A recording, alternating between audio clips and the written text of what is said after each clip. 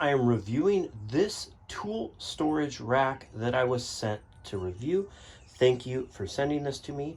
I'm grateful, and I always give an honest review. What I like, as you can see, it's this corner shape. So it fits right in this corner of my shed on the lower part of my property. It works really good for garden equipment.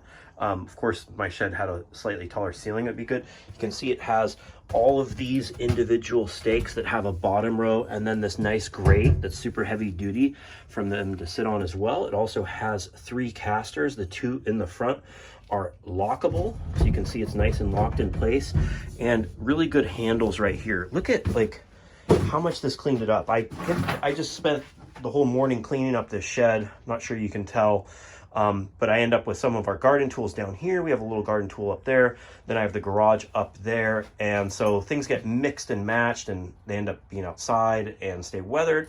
So this was a great addition. It also has all these hooks that I can put small garden tools on, like trowels, and 4 of these hooks as well that you can put other things with hangers, which I'm going to be filling this thing up. I just put all of the stuff that was all around the shed right here instead of all around the yard, so I don't spend a bunch of time looking where's that shovel, where's that hoe, etc.